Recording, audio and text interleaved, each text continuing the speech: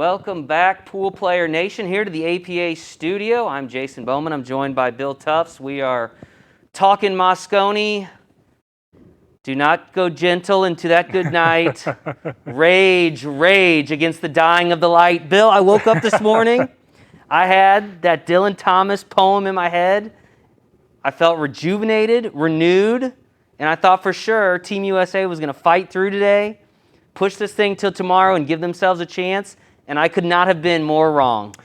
Yeah, if you were hoping for a better outcome today than yesterday, you might have had one slight glimmer of hope throughout the day, but really the outcome much the same, and obviously a disappointing day for Team USA. If I'm putting a headline on it, I'm calling it the Mosconi Massacre. I mean, it was ugly. I think it's the worst performance, and we'll get into this. You know, I think that we've seen from Team USA in several years. Reminded me a lot of 2017. I know you were out there for a couple days with me where we were out there covering it, and you know, by day 2 you were wondering like if this thing was going to make it to day 4, and that year you saw what you saw today where they pulled a match off the card. You know, you only had 4 matches today. Team USA couldn't even make it through the first no, they could not. The day. So all 4 of those matches can't push it to tomorrow. So the Mosconi Cup has come to a close. Team Europe is your new Cup champions. They have reclaimed the Cup. It will be staying in the UK this year, and congratulations to them. Well obviously. Well earned. Tip of the cap. They did earn it. What did you think of Team Europe? I thought Team Europe outplayed Team USA in basically every facet of the game. Yeah. I thought that they lagged better, they banked better, they jumped better, they played position better, they played defense better, they got out better. Everything about their game was just better this year. Yeah, and you know, when the lineups came out, I mean, you looked at their lineup, and you had Jason Shaw, who's been a fixture the last several years. You had Josh Filler, who was their best player last year. You add Fedor Gorst instead of Alex Kazakis. I mean, huge. Yes. You have Clenty Catchy now in his 3rd year and had a pretty good year last year. And you bring back Albin, you know, who was definitely lacking last year. So when you looked at it on paper, it was like world beaters on this Team Europe. But you looked at Team USA and you said, they've got the team chemistry. You know, the heart and soul of that team is still there as it's been the last couple of years. And so you just hoped that, you know, that chemistry was what was going to overcome, which it really has the last 2 years. I mean, I don't know that there's any of the last several years where Team Europe hasn't been favored. Right, but Team USA found something special. They found that chemistry, and it worked out. It just wasn't there this year, and it really went off the rails. Yeah, you know, Team USA came in. You figured they had a puncher's chance, just like they've had the last 2 years. They really capitalized the last 2 years, got on their game, put pressure on Europe. Unfortunately, this year, that pressure was just never there on Europe. It never materialized, and I think that was a big factor in all of this. Europe was comfortable throughout the match. USA was pressing, and in the end, just didn't have enough. Yeah, so there's a lot to talk about with what happened not only today, but looking forward. We're going to dive into all of it. We've got our match analyst, Mike Panozzo. Mike, are you there? Are you with us? There you are. Mike has been here the last several days kind of talking us through the matches. Mike, tough day for Team USA. Yeah, it was a tough day. I thought that they really had a chance to win a couple matches today and, you know, maybe split 2 of the 4 matches because Matchroom shut, you know, closed off one of the matches from the end of the day to try to drag it on until tomorrow. And I thought we could win a couple of the matches and extend it till tomorrow morning at least, but just wasn't to be. You know, a couple of matches we came out really flat, and Europe just never really let off the gas pedal. Yeah, as they opened the day, you know, I had high hopes because we had our 2 best players. We had Shane Van Boening paired up with Skyler Woodward going against a tough pairing. Again, there wasn't really a weak pairing for Team Europe, but in this case you had Jason Shaw, who's really, by and large, been the best player in the event. And then you had Albin Ocean, who's very consistent and always very tough to play. That match opened on a high note. Shane Van Boening managed to kind of, I don't know if I guess we could call it kind of a fluke. He kicked the 2 ball. I think he banked it, and it came in contact with a 9 and pocketed. I don't know that's what he intended to do, but that match started off well. But what happened from there, Mike? Is it really turned around pretty quick? It did turn around pretty quick. You know, I guarantee Shane didn't plan on making that 9. He was just trying to make contact with the 2 on the rail, but Good things happen when you make contact, and he got a little bit lucky there. From there on, you know, just there was no chemistry, no synchronization between Shane and Skyler. I think Shane's body language, you know, may have thrown Skyler off a little bit. Skyler did not have a good match. He fouled once. He missed a ball. He played a bad safe. All led to European outs, and so it was kind of one-sided, and they made it too easy on Europe to start out the day. I mean, they didn't, and Bill touched on this through the whole tournament. We never put pressure on them. We never made them shake a little bit. We never, you know, saw what they could come up with a little adversity thrown at them. And today, the key would have been to get off to a hot start, and we really just pretty much laid an egg in that first match. You know, I thought it was smart of Alex to, you know, there were 2 doubles matches today. His best doubles player is Albin. He makes everybody he plays with better in doubles. And not surprisingly, he threw Albin into both of those doubles matches today. I think he just wanted to end it today, you know, have it over with, and that was his game plan. Yeah, so Team USA loses that match again. Woodward and Van Boning, they lose 5-2. Not an overly competitive match again.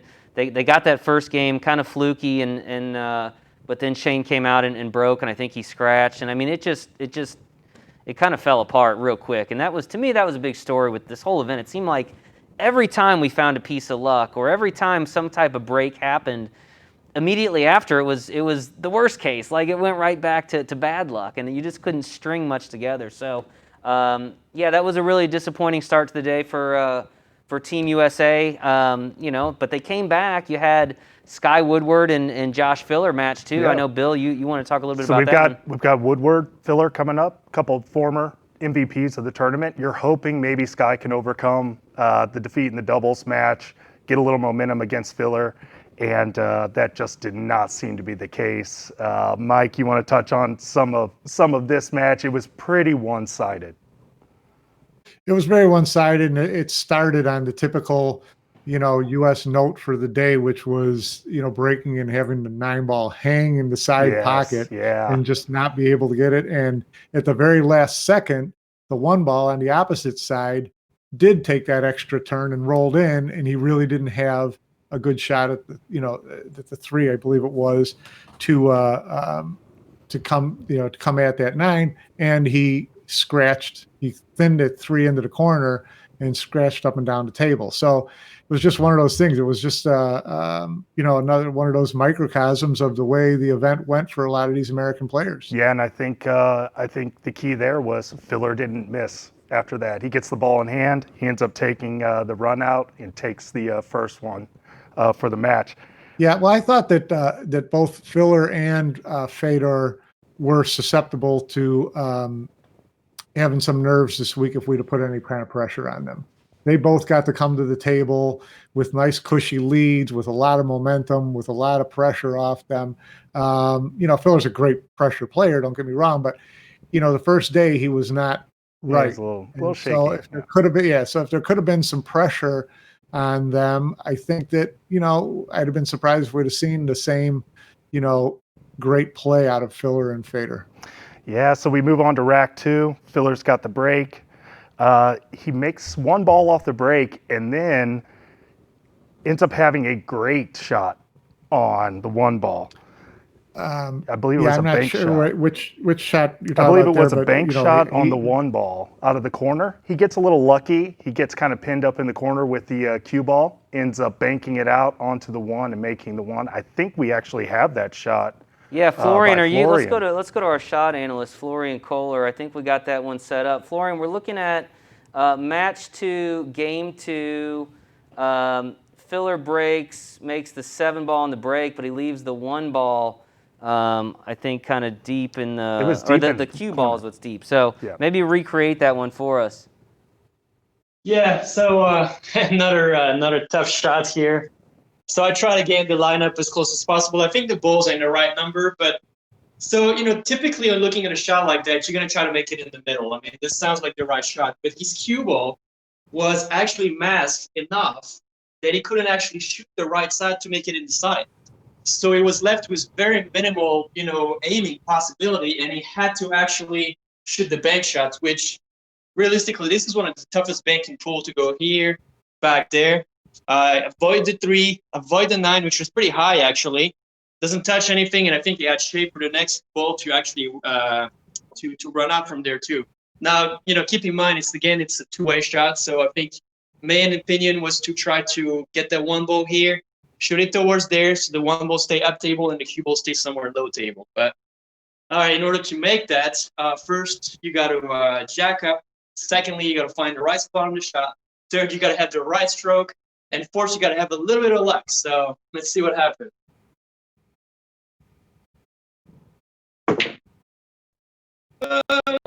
Almost. You can see, yeah. You can see all the traffic you got to navigate to get through there. It was a heck of a shot. But I mean, as you can see, my cue ball stayed down.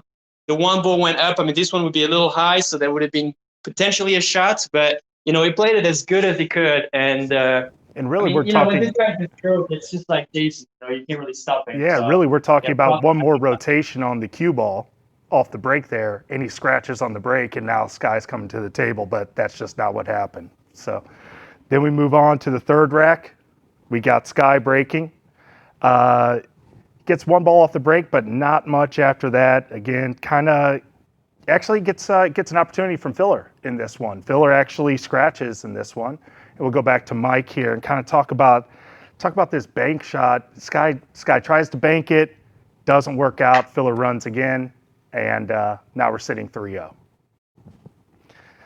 So it honestly doesn't get much better from there either. Rack 4, kind of another great shot by Filler. Honestly, Mike, you want to talk about match 4 a little bit before we get back to Florian? Yeah, Skyler kept getting these little opportunities and missing. And in the one, I think it was 3-0 when he had the 9 ball, and just got himself in a funny position where it was just a natural scratch into the corner pocket.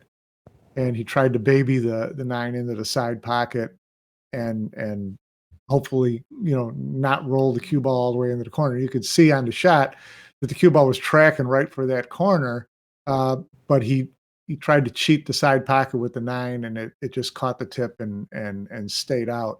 I think that's one of those instances where he probably wishes he had that shot back, because I think he would have just tried to drill a little bit more and get the cue ball to, rattle the corner or get thrown a little bit offline. But he tried to baby it and it didn't go in, and he missed another shot after that. It was 2 matches in a row. We talked yesterday about how day 3 was Skyler's day last year, and they put him out there a lot, and he came through. This year they put him out twice in a row today, hoping for the same kind of magic, and boy, it couldn't have gone any more in the opposite direction. Yeah. Now, prior to the 9 ball, Sky did show that he is still a world-class player, has great shot-making ability, and actually had a pretty impressive jump shot in that match. We do want to show some of the Americans' shots, so let's go back to Florian. Florian, you got that shot all queued up for us? Yeah, I think so. I mean, approximately, right? So if I'm correct, that was the jump shot. So I can't remember, realistically where the rest of the balls were, but he's left with something really nasty. Like, he's got a jump shot, the one is out there, and he's got to figure out a way to, make this 4 ball, and it doesn't go in that corner. I think there's a little more space, actually. So what he went for the jump shot, hit the side of the 1 ball, and banged that 4 ball into that corner. So great shot, tremendous shot there. Even have to see it because tough. And on top of that, there's a risk of kiss actually right there. So even if you hit it well, that 4 ball could hit the 1 and kind of leave the table wide open. So let's see if I can get it. But very tough shot. See, I got it pretty good, but I missed a little bit of power here. Let's see if I can get this one. I think this might be a little more possible than the other one. So I'm going to try to hit a little more the side of the 1 ball this time, see if I can get more power from there. Okay, that was pretty good, pretty close. Pretty good. Yeah, it's a tough shot. I mean, you had to really nail it. In this case, that would have been disaster, actually, because you miss it. live the one ball there. I mean, this is real bad. So, but great shots. Unfortunately, I think in this rack it didn't really quite work for Sky, but it was fighting spirit there for sure. Fighting chance. So then we go on to rack 5. We got Sky breaking in rack 5, and both players had some bad misses in that last rack, but ultimately Filler ends up taking the match. It's a 5-0 victory for Filler in the second, and another point for Team Europe. Yeah, Mike, if you're there, I'm curious. Could you have ever fathomed, especially after the last 2 years, that Sky Woodward would go in and lose 5-0 on day 3 of the Mosconi Cup? I mean, it seemed like day 3 was kind of his day. I mean, it's kind of become that way, and to lose, not just lose, but to be shut out. I was kind of, my jaw hit the floor. I was shocked. Yeah, you just don't expect that out of Skyler. But sometimes it's almost like the match score. Sometimes if you're not there, you may as well just get pummeled and move on. It's kind of easier to get over a match like that than it is to think back on the 7-8-9 that Chris Robinson had in the first day, and the opportunity that Shane had against Jason and the first day, things like that. Sometimes it's better to just get pummeled and move on and just try to regroup from there. Yeah, so in Team USA, to their credit, after that match with Filler and Skyler, score goes 10-2 to Europe. I mean, at that point, it's inevitable that what the outcome is going to be. It's a matter of, can they get to day 4? At least from my perspective, Yes, and I'm sure they were being realistic too. So you've got Billy, and you've got him paired up with Chris Robinson. Probably on paper, not our best pairing. And they're going against Albin and Fedor Gorst. But this, Mike, is where we see the one bright spot of the last 2 days is Billy Thorpe and Chris Robinson, and they're able to push this thing at least to a 4th match. So let's talk a little bit about that 3rd match, and because I think it was the one ray of sunshine we had today. Yeah, no, there were a lot of question marks about Chris Robinson coming into this, and I don't think there's any question marks coming out of it. He played fantastic. In fact, in this match, Billy was the emotional leader, but Chris pretty much carried Billy through that match because Billy made a couple of pretty questionable shots, lost position a couple times, and Chris was just steady, stayed with it. I thought he did a phenomenal job. And they won the lag, thank God. It was one of the few lags we won, and they ran right out of the gate, and Billy was mic'd up, and I love Billy. I love listening to him talk, and he was on the side, and I caught him after the first game sitting there and saying, we're all a little stressed out right now if you can't tell. And, he was just joking and having fun. That, yeah. And he made the comment, they need a biscuit and we need a basket, talking about the disparity and the overall score. So he was trying to stay loose. And they ran out right from the start. They got a little break in the second game when Albin scratched, and they were built up a 2-0 lead. Then they ran out from the break in the next one, 3-0 lead. They really played well together, and Chris was just really solid. He came with a couple really good shots.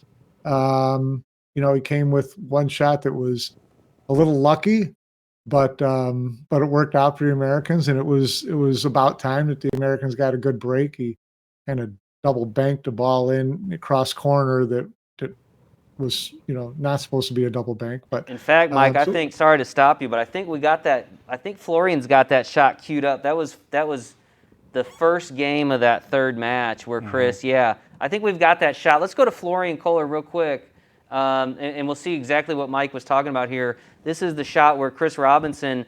Again, I don't know that it was fully intended, but he put himself in a nice spot to make this. Florian, can you show us this shot? Yeah, this is not a tricky one. You guys really putting me on the spot here. Well, basically, there's a few problems in this case here. So you could try to cut that ball, but it's very tricky because you jack up. So you're gonna have to hit it dead perfect, and on top of that, you most likely have no position if you do that. So there's no way you could do that. So he tried to go for the bank shot, and 100% it went from that corner here.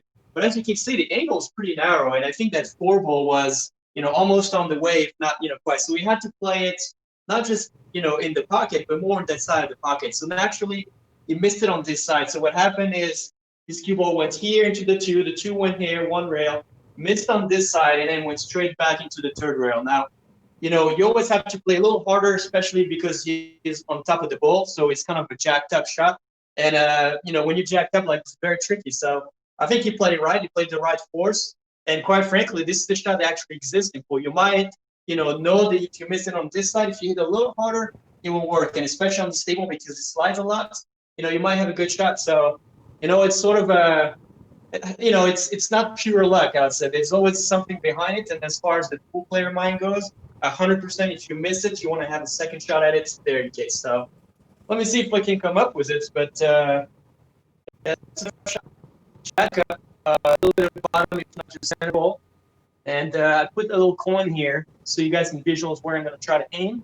Try to miss that 4 ball, try to go right here, and then have the cue ball, and have the 2 balls train it back to the coin. Yeah, so this was a little too straight. Let me give it a second try here. So as you can see, the cue ball really has, the 2 ball really have to kind of dies out on the last bit. So I'm going to shoot it a little bit on the right side of the coin out there. That's too much. That was the shot he wanted. That was, I think that was the intent of the shot. That was the intended shot. So, okay, so it's right in between. So he missed it slightly to the left. So there you go. Look at it. Same shot. There it is. There you go. There Yeah. it is. Perfect. Yeah. Well executed. Tough shots. Obviously you can see my first try was not quite as good. It went, too short. And then my second try was okay, but I played it, with less pressure obviously, and the third try was just kind of try to find it in between. But either way, it was a great shot, and I believe they ran out from there. So.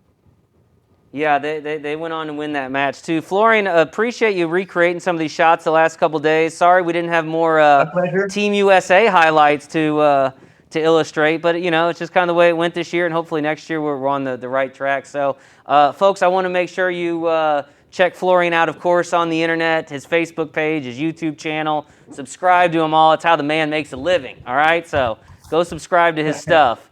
Venom. Thanks for having me. It was a lot of fun, actually. I think I'm in for next year if you guys do it again. Awesome. Right. Well, I hope we see you soon, buddy. Hopefully in person. I'm tired of talking to you on the whereabys. Well, let's see. Hopefully next year in this table here, right in Vegas. I don't know if it's going to happen in Vegas or not, but if that's the case, my table is open for you guys. So. Nice. All right, buddy. Good to see you. Thanks for joining us, Florian. Thank you, Florian. All right, Mike. So, yeah, as we were saying, that third match kind of started going USA's way, but it wasn't easy. Right, they get up. I think they got up 3-0. Then they get up 4-1. Eventually, it's 4-3. So it's like even the points we got, man, we had to just dig and claw and fight for them because nothing was coming easy. Well, realistically, if you talk to the American players, that's the type of matches that they wanted. They always talk about the grind, being on the grind, and pool's more interesting, and there's more to it when there's not these wide open, wing ball flies in, racks wide open, and you just play tic-tac-toe through 9 balls. So, the Americans fancy themselves as better grinders, like to play a tougher table where there's some safety, there's some kicks, there's some strategy involved. So, I think that they wanted matches to bog down to that instead of break and run contests. And this match, they did win 5-3, and this match had some terrific shots in it. Billy made a couple of terrific shots. He made a nice bank shot. I remember him going back to his seat and saying, I had to go for the bank, bro. I had to make one bank before this tournament was over. I think he banked a 7 ball. He did. Yeah. So that was right up his alley. He made another very nice shot where he had to thin a ball in up top of the table to break up a cluster at the bottom of the table. Albin Ocean almost made the shot at a tournament, which was the famous Efren Reyes Z shot where you kick at a ball, double bank side to side and up on the top rail, and almost slid the 3 ball right into the corner. So there's some really cool shots in that match. But they held their nerve.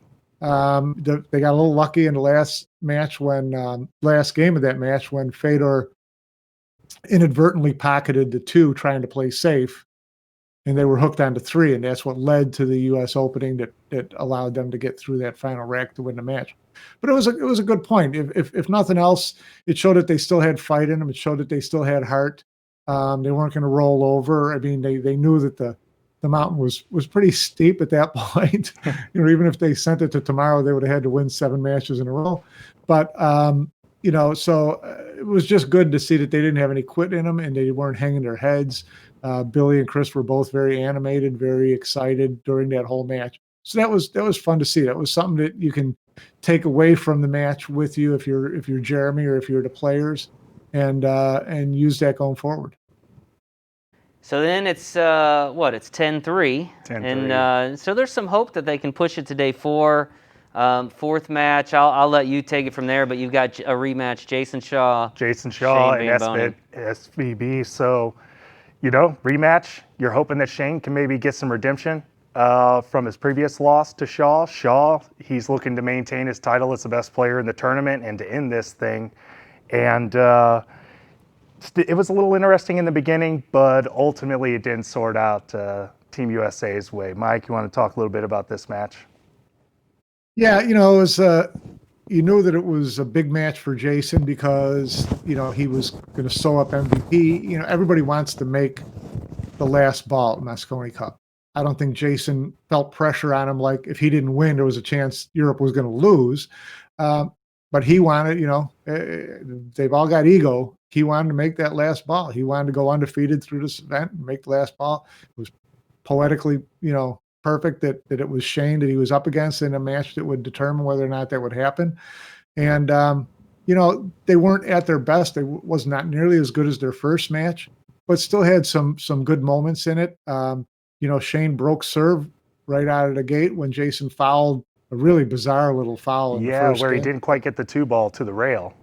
I mean, he was so, they always talk about play one ball or the other. Don't try to play both. And he was really so concentrated on making sure that he could get that cue ball glued to, I believe it was the 6 or one of the balls there at the top of the table, and just didn't pay enough attention to get the 2 ball all the way to the rail. Yeah. So, Shane takes advantage, and now he's breaking, and naturally he's empty on the break. And so, it was a little cat and mouse game in that rack. But Jason ended up winning that rack. And then Jason was back on serve. The next rack at 1-1, I thought Jason kind of pulled it all back together right away. He had a successful break, had a long slight angle shot on the 2 ball. The 2 ball was closer, was a little past the side pockets, and the cue ball was back up at the top of the table. So it was a tester. And he just speared it. Yeah. And that's when he went up 2-1 at that point, and I knew it was not going to be an easy task for Shane. To his credit, Shane broke and ran out, tied it 2-2. He comes back. He gets a 2-ball break and runs, ties it up. You're thinking, okay, he's right back in this thing. Maybe he can break serve again. And then Jason breaks and runs out. Yeah. And then so it's 3-2 Jason, and then Shane went empty on the break again. And that was a little bit of a heated moment in the tournament where a little excitement goes on the sideline there, right? I'm sorry. What was that? Wasn't there? What didn't the in rack 6? Did we see the ref address Team USA? Yeah, what happened was Shane broke dry. Team USA, Jeremy had a problem with the racking yesterday. He said, he insinuated that Team Europe had complained about balls not being, frozen in the rack, and they're not allowed to inspect the rack. So, he was complaining about that because apparently, according to him, Team Europe complained about it. Then they tapped a couple balls into place prior to the start of day 2, and all of a sudden, Team Europe's making the wing ball time after time, and they knew that had happened, and Jeremy was not informed that this change had been made, and he was not happy about it. And so I think that he was starting to get a little bit of steam and frustration in him right then. And then when Shane broke and ended up dry for the second break in a row in the match against Jason, Jeremy admittedly shook his head. He insisted that he was not shaking it in disgust at the referee. He was shaking it and discussed it, another dry break. But the referee took umbrage and came over and called Jeremy out on it. And then Jeremy got really pretty hot because, rightly so, he said, listen, the referee is not supposed to be part of this match. The referee is not supposed to, he's mic'd up, and all of a sudden he's going to come over to the sideline here and call me out in the middle of this match. And he said that just wasn't wrong. And so I reacted, badly. And Emily Frazier from Matchroom ended up coming over and pulling the referee aside, a very, accomplished professional snooker referee. He refereed at the World Snooker Championship, so he's no slouch. But she told him he should know better than to go calling players or captains out during the course of a match. So that was just, Be interesting to see if we see him again at a Mosconi Cup. What's his name? I'm going to check the roster next year and see if he's there. Yeah, a little spice to an otherwise, uneventful final day. I thought that if anything, it might rattle Jason a little bit, seeing this little bit of a distraction. Didn't phase him. Shane came, after Shane came up empty, Jason just ran out from there. And, the final game, or the game that made it 4-3 in favor of Jason, was they both missed shots in that rack. I think Jason was getting a little ahead of himself and played some bad positions. So, and I think he said eventually, I think in the podium Shane afterward when he was doing his little talk. Oh, I'm sorry, Shane Mike. did get a fluked in the 8 and was able to cut the lead to 4-3.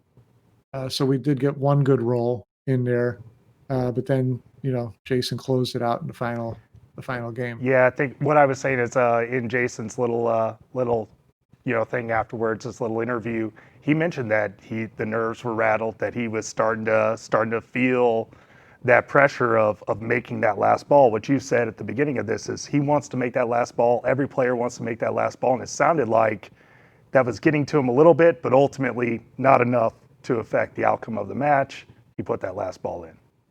Yeah, he admitted that he just wasn't concentrating and focusing enough. He said there was one at that shot where it was 4-2 and he was in position to run out. He got down on a shot and then decided to take another shot and didn't play it differently, rather, and didn't get up off the shot and reset himself. He said he just kind of rushed himself and he was thinking too much ahead. So he let a game get away from him. And he said, I thought as soon as I sat down and Shane fluked in the 8, said, oh, here we go. I'm going to get one of these matches where Shane's going to break now and run out, and it's going to be 4-4, and then I'm going to get empty on the break and I'm going to lose the match. And, as accomplished as these players are and as many pressure events as they played under, these thoughts still run through their head. Just they run through ours when we're playing in a league match, and we have self-doubt no matter how good we are. So he admitted that was an issue with him, but he stuck with it and ended up pulling out made a very good shot in the final game to set himself up for the last couple of balls. Yeah, really outstanding Mosconi Cup for Jason Shaw. Well-deserved MVP. Of course, I guess I didn't see that it was official, but I'm assuming Shaw was awarded the MVP. I didn't actually see that official, but I can't imagine it would have gone to anyone else. Yeah, well, the MVP is actually based on points. It's not a vote.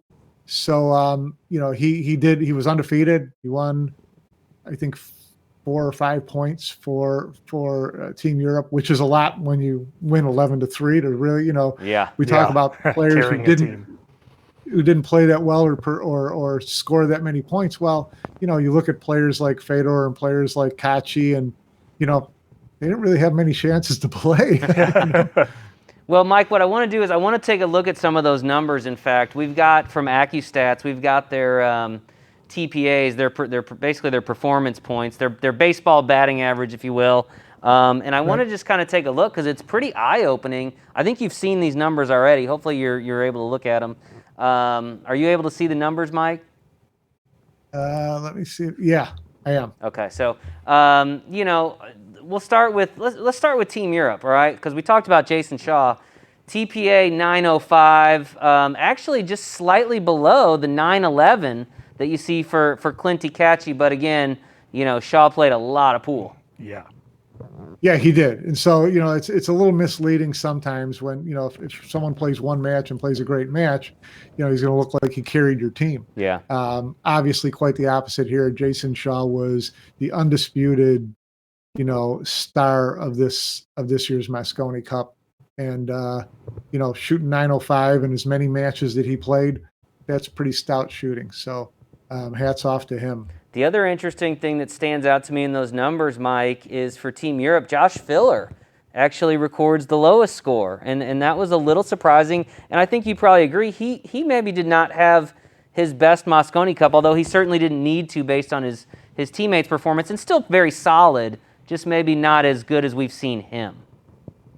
Yeah, he had flashes, but lacked consistency. And again, lack of opportunity kind of, makes those numbers look a little worse than maybe they were. So, the same with Skyler. Skyler's numbers were abysmal, but he had a couple of decent shots in there, a couple, decent looks. Fedor, 871. I mean, all the European guys, if the worst guy on your team shoots 843, you probably had a pretty good record as a team. Yeah. You look at Team USA, and Corey and Sky were under 800, which is really subpar shooting at the professional level. So, the better team won. I mean, it's not a lot that you can take away from that. They won more games, they won more, made more balls, 134 more balls were pocketed by Team Europe than Team USA. So, they just, Team USA, more positional errors, more safety errors, Team Europe 2-1 in terms of break and run out from the break. So, pretty solid win top to bottom for Team Europe. So let's take a look at some of the Team USA numbers. I know you mentioned some of them, but there's a few that really stand out. If we could get the player TPAs. So the interesting one, there was a few interesting ones here. Shane Van Boening, 899, very high, third highest of either of the teams, which I guess maybe surprised me because we saw him drop, several matches. But, I think, Mike, we have such high expectations when SVB takes the table that, even when he plays relatively well but doesn't win, it's like, well, what happened to Shane, right? Which is maybe not even necessarily fair, but just kind of what we expect. Yeah, well, the team, the Europeans mentioned it as well. I mean, he didn't win a lot of points, but Shane played really pretty well. I mean, he wasn't his A game, but it was pretty close overall. He played, the way he played. If everybody else would have played their type of game, this would have been a close event. So I think Shane, he keeps getting thrown up there against Joshua, against Jason, and he can shoot 900 and lose. So, you can't fault him too much in this one. He's certainly not going to take the blame for USA's showing in this event. So, Shane, you get what you expect out of Shane. You expect him to shoot around 900 or higher, and he was right there. Obviously, the U.S. player that surprised everybody was Chris Robinson. He played he's at 874. 874. Yeah, his numbers reflect how well he played, and second best on the team. He had 1,000, a perfect match in his doubles match today with Billy in their win. His personal score in that match was perfect. So, again, can't stress enough how impressive he was and what that means for Team USA going forward and what it means for Chris Robinson's career going forward. I'll tell you what, you spend, it's too bad that they didn't get the chance to really train together, because this was a great learning experience for Chris Robinson that's going to translate into great performances from him on an individual basis as well. I think that you're going to see his career really take an exponential jump because of what he was able to be a part of this week, playing with those players for a week, training with them and leading up to this, getting that coaching from Jeremy. All that stuff is really going to help his game jump quickly. It did for Tyler Steyer. It will for Chris Robinson. And that's why, I don't mean to get too far ahead of myself here, but, we start looking to the future for Team USA. They talk about how young Team Europe is and how great they are and how many young players are coming through the pipeline. Tyler, Chris, Justin, Sky. Justin's a little older than Sky, but Sky, Billy, that's going to be the nucleus of this team for quite a few years going forward. And in this Mosconi Cup format, I don't care how many world championships the European guys have, these guys are going to be tough to beat. Yeah, and you got to feel good for Chris Robinson because, again, there was a lot of skepticism about whether he should be the fifth guy. There was a lot of question marks there, and I think certainly, things didn't go well for Team USA, but it was not a result of Chris Robinson. If anything, like you said, Mike, he's definitely a bright spot moving forward. Let's look at some of the other numbers, though, because there were some other real eye-openers, one of which was Sky Woodward, the two-time MVP, 737. He's, according to these stats, worst player, on either side this year, and that's tough. I mean, one of the things we've talked about is the last couple of years when they've won is, some of the pressure came off of Shane because of the high level that Sky was able to perform at, and it just wasn't there this year. And did that shock you to see those numbers so low for him? I know it shocked me. Yeah, of course it shocks me to see him that low, and he did have a couple matches where he just didn't seem to have any kind of rhythm or any kind of flow at all. So that was surprising. I think that it's something that he'll take to heart. And in 2017, he had an abysmal showing and turned around and had 2 great years in a row. So he's a good young player, hard worker, got a lot of pride. I would fully expect him to bounce back individually and as a Team USA player going forward. Yeah.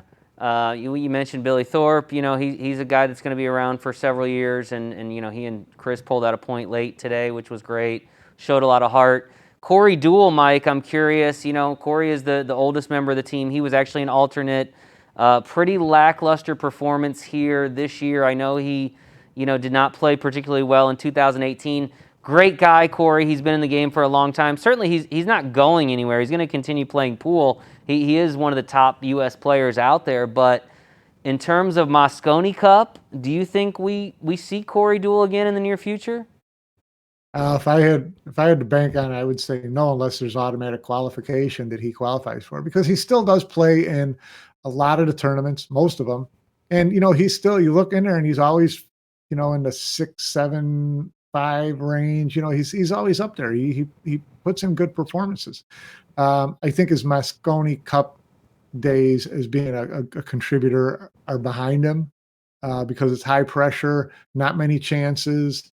You've got to make the most of every time you get out there on the table. I just don't know that he's got that in him anymore. I don't think he's got the confidence to be in that situation much anymore. So again, I don't think he'll be a captain's pick going forward, because I think, for one, they want to make the team younger to start playing for the future. So the idea that you would go out of your way to pick a 44-year-old next year seems a little remote. You mentioned Billy Thorpe. His numbers were pretty strong.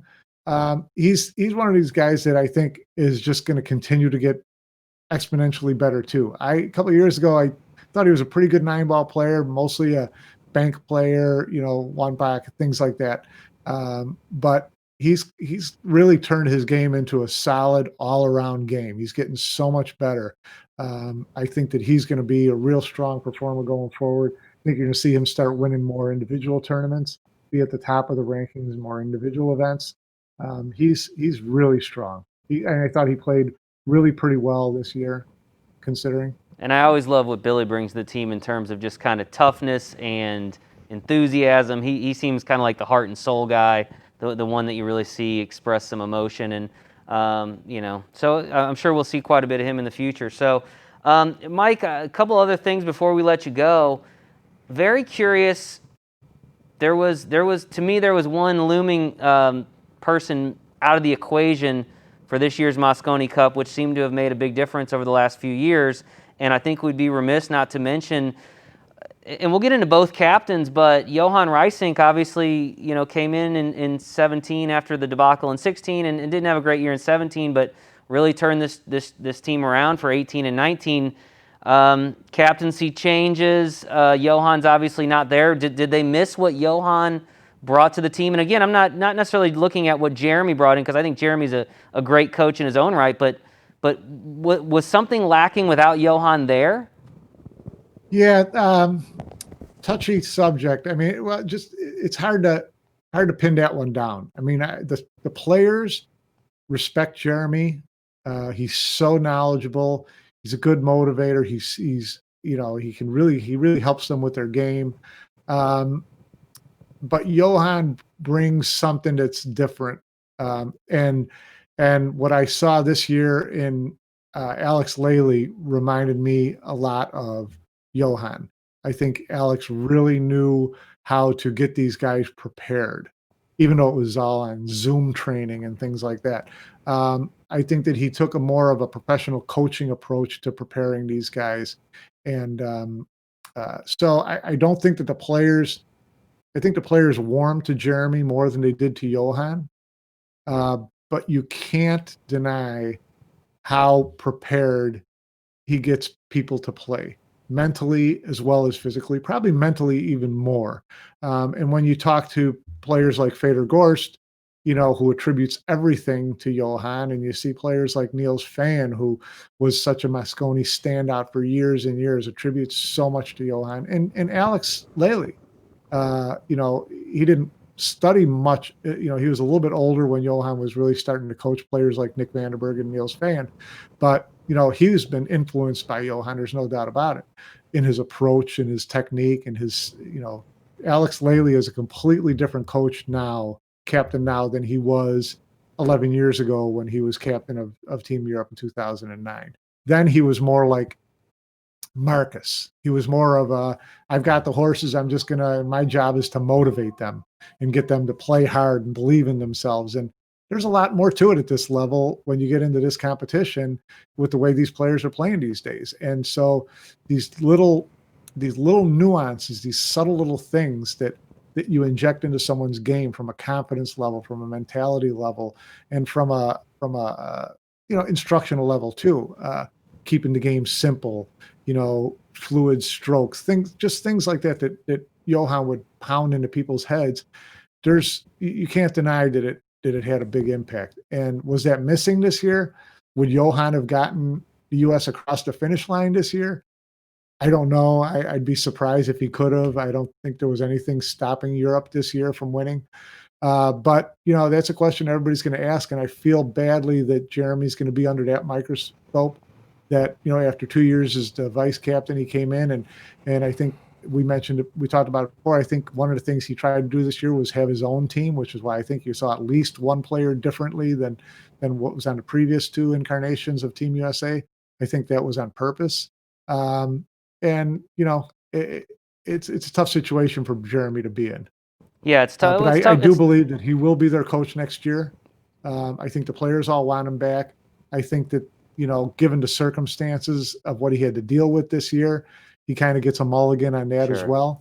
So I will expect him back, and I think that he probably learned a lot this year. Yeah. So we'll see what happens in 2021. Yeah, Jeremy's a great guy. We've gotten to know him over the last few years, and you got to remember, Jeremy was part of the 18 and 19 team as well. Yes, so it's not like he was not part of that success. So I think you're right, Mike. I think he kind of gets a mulligan. Obviously, the circumstances this year, what they were, and it's tough to replace a guy like Johan. I mean, within the Mosconi, world, he's the guy. There's been no coach as successful. So, when Urban Meyer or, Nick Saban move on and somebody's got to come in and pick up the reins, that's big shoes to fill. So, hopefully we do see Jeremy back and hopefully, he's learned a few things and, and the team can move forward. And credit to Alex Lely because, again, we can't talk about the change in captaincy for Team USA and not mention how successful, and I think you did that, how successful he really had these guys ready to play. And they looked hungry. On paper, we knew going in they were going to be good, and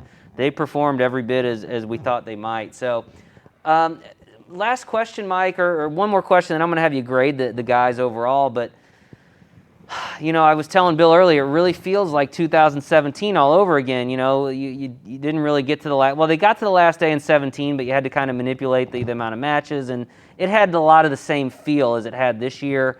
And back then we were like, how do we get back to where we're competitive? I mean, you look at this European team and they're young too. They're going to be there too. And how do we close the gap?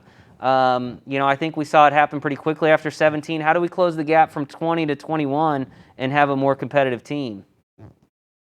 I think the team will be more competitive next year regardless. I think that, if Justin Bergman's back in playing shape and you've got a year under, Chris Robinson's belt and a couple of years under Tyler Steyer's belt, and you've got Sky and you've got Billy and you've got Shane, they can compete with anybody. Let's face it, for the foreseeable future, Team USA is going to be the underdog every year. But they were the underdog the last 2 years too. It didn't make any difference. Right. Yeah. So, it's just getting them prepared, getting them ready. As far as long-term goes, development of youth billiards in the U.S. is a key thing. I mean, you look through Europe and, the difference between Europe and the U.S. in a lot of cases is that the Europeans play to get better. They want to be the best. They want to have perfect strokes. In the U.S., players get to be good players when they're 17, 18, and they get with some 26-year-olds, they get in the car and go on the road for 3 months, and they gamble, and that's the way they learn. Yeah. And so you've got a lot of players with technically flawed games to a certain extent that are still really great players. And when you have a technically flawed game and it's under the intense pressure of a Mosconi Cup, these little things become really big things. And so I think formal, structured coaching of juniors in the U.S. is something that the industry needs to invest in going forward. Not just youth tournaments. They need coaching. They need, real, and you've got aspirational things like the Mosconi Cup to work towards, or getting invited to the U.S. Open or something like that. So there's things for these kids to strive for. Right. But they've got to have the opportunity to learn the proper way early on to be able to start to compete with Europe, because that continent is just loaded with 16 and 17-year-olds who don't miss a ball. Yeah. Well, we've put you on the spot the last couple of days. I'm going to do it one more time as we assign some grades to Team USA, Mike. I want to, just your A, B, C, D, F. Hopefully not, but let's run through the lineup and you grade them for me. Let's start with Shane Van Boning. How does he grade out for you? B. B for Shane. Maybe B minus. Okay. I think from a ball pocketing standpoint and average, tournament total performance average, things like that, he was fine. I think he lacked what his teammates needed in him, which was some leadership, some rah-rah, some pats on the back, you see body language with Shane, you see eye rolls, you see head shakes, and you just can't have that from your best player.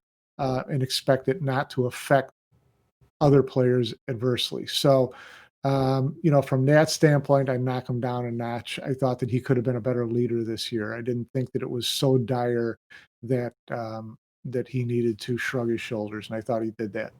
Grade for the rookie, Chris Robinson. What'd you think of Chris? What'd you grade him at? A all the way. No doubt about it. I mean, going in, the expectations were, don't be a disaster. Don't be a weak link. Don't Right. make the other guys, salivate when they see your name on the list. And he acquitted himself very well. He was called out the minute that he was picked, and he let that roll off his back. He was called out by Jason Shaw and social media as being determined to be he was going to be the downfall of Team USA. He let that roll off right off his back. He is a confident, quiet kid, super nice, super, into learning the game. And he's not going to get ruffled. He was the coolest guy on the team when it came to playing matches this week. He was the one who showed the least amount of nerves. Agreed. And it was just, I can't, I've gone on about him too much, I suppose, in the last couple of days, but I can't go on enough about how impressed I was with how he handled the adversity and with how he handled the arena. Yeah, I think you're exactly right, and I felt the same way. I think he was the one bright spot you come away from this Mosconi Cup with for Team USA at least. Billy Thorpe, how did you think Billy fared this year? What grade do you give him? B. Billy was, he struggled a little bit in his match today with Chris, and Chris kind of carried him over the finish line. But his intensity, his enthusiasm, was there, and he didn't shoot poorly. He didn't blow any matches that I can think of off the top of my head. He didn't play it his A game. Yeah. I was actually expecting him to be a real difference maker this year, to step into that next level role, and he didn't quite get there, but solid. I like him going ahead. So the grading's probably only going to get more difficult, Mike, as we move down the roster. Sky Woodward, again, we've already kind of talked about certainly not his best tournament, probably his worst Mosconi performance. Where are we grading Skyler for 2020 Mosconi Cup? Yeah, the grading actually gets kind of easy at this end of the roster because it's just not good. Skyler, I would give C. I thought that he didn't play as poorly as that performance average might indicate, but he just wasn't himself, and he's someone that you need to step up. He takes a lot of heat off of Shane when he's playing well. I think that going into this event, if you asked the Europeans who they were most concerned about on Team USA, they would have all said Skyler because they've seen the way he performed the last couple of years. Right. And he just kind of didn't come close this year. So, but he tried and he had a couple of glimpses there. So I'd give him a C. Corey, D. I didn't think that Corey showed up at all. He never looked confident. He never looked, committed. And he looked defeated right out of the gate. So that's just, when another team sees that and they think, well, we're playing 5 against 4 the rest of the week, that takes a lot of heat off them and loosens up their swing a lot, trust me. Yeah, and kind of not to defend Corey, but in his situation, obviously he was added very last minute. I mean, 10 days ago, I don't think he had any idea that he was going to be going to the Mosconi Cup. So, it's not easy to get thrown into that, even though he's been there before. I mean, and traveling right now and all the things that entails in this crazy world. So, but yeah, I agree. Disappointing performance for him. Well, Mike, we appreciate you joining us the last few days. I'm sorry we won't have a chance to catch up tomorrow, but it looks like, are you moving? Is Billiards Digest moving offices? Are you in the office today? I am in the new office today, yeah, is, it's not too far from where our old office was. It's still downtown Loop in Chicago, and great little building, great little space. Yeah, going to enjoy it here. The Billiards, been a tough couple of days moving. I tell you what. I bet. Well, we do appreciate it. Again, Mike is the publisher of Billiards Digest. I would encourage all of our viewers to go to his website right now, or as soon as we're done with this broadcast, billiardsdigest.com. Sign up for a 1-year subscription. It's the best magazine in the pool world. You won't be disappointed. It shows up right in your mailbox. Some of the best photography you'll see in the pool industry, and obviously some of the best insight from Mike Panozzo. Mike, thanks again for joining us. We will see you again in the near future, I'm sure. Thank you, Mike. Yeah, thank you, guys. It's been a pleasure. Great job. Enjoyed it. Well, Bill, we're going to have to find something else to do tomorrow afternoon because we're not going to be watching the Mosconi Cup. So I'm just curious. Final thoughts on 2020? I mean, it kind of goes along with the rest of 2020, right? As far as Mosconi Cup, what were your takeaways? Definitely disappointing if you're a Team USA fan, which we certainly are. But again, hats off to Europe. I mean, they came out, they played under adverse conditions. They've had the same, well, maybe not the same 2020 as us, but they've been experiencing their own version of this crazy year. And they put it together. They put a heck of a run on, and they made sure we weren't going to be doing this tomorrow. Yeah, 3 years in a row. Yeah, definitely credit to Team Europe. They looked good on paper. They performed at a very high level. There was no doubt they are the champs for this year. No doubt. Congratulations to Matchroom Sport, and thank you to them really, because they've given us about the only pool tournament that we've seen since March. And even though you don't like the outcome of what happened, you had something to look forward to. Obviously, the last few days were exciting. Not the way I'm sure even they wanted it to go. But, credit to them for putting on an event and giving us all something to be hopeful about for a while. We'll look forward to more of their productions as we move into next year. And then my last takeaway, Bill, is, just kind of what does Mosconi Cup look like come next year? Because we're still in the midst of this crazy pandemic. So you're dealing with all that. But the other big thing is, I'm curious if it comes back to the United States next year, assuming it can, and the world is more normal. Yeah. You're supposed to be in the UK this year, but obviously they didn't get to have the fans. I think they probably bring in more fans over there. You know how venue contracts work. course. Sometimes you have to come back. So it'll be interesting to see if the event comes back to the States next year or if it stays in the UK. I mean, I don't know. There's a ton to factor in there. One, they didn't get to play it where they wanted to, which is Alexandra Palace. They didn't get to have the fans. Yeah. That gate is huge. That crowd is rowdy. I mean, it truly is a spectacle if you ever get to go there or you've seen it. Obviously, for them, Matchroom, that's their home base. It's cheaper for them. I don't know what their financials are going to look like after 2020. I mean, it's been a down year for everybody. They've got a lot to factor in, but they also have they have some partners here in the U.S. that they do their tournament here with. They've got to sort it all out. What I have heard is they were non-committal in the presser about where the event would be next year. So I guess we all get to sit and wait and see what happens with the Mosconi next year. Well, if we know one thing about Matchroom, they will make suspense and excitement out of probably even that. So They do a good job of it. They certainly do. So kudos again to them, to both of the teams, and to our guests the last couple of days, Mike Panozzo, Florian Kohler. Again, we appreciate them taking the time to join us, and we appreciate you guys for tuning in. We hope you've enjoyed it. Again, not the outcome we had hoped for, but there is always next year. So we will, I'm not sure when we'll see you again, but I'm sure we will see you again here in the hopefully near future. Thanks for tuning in. Thank you.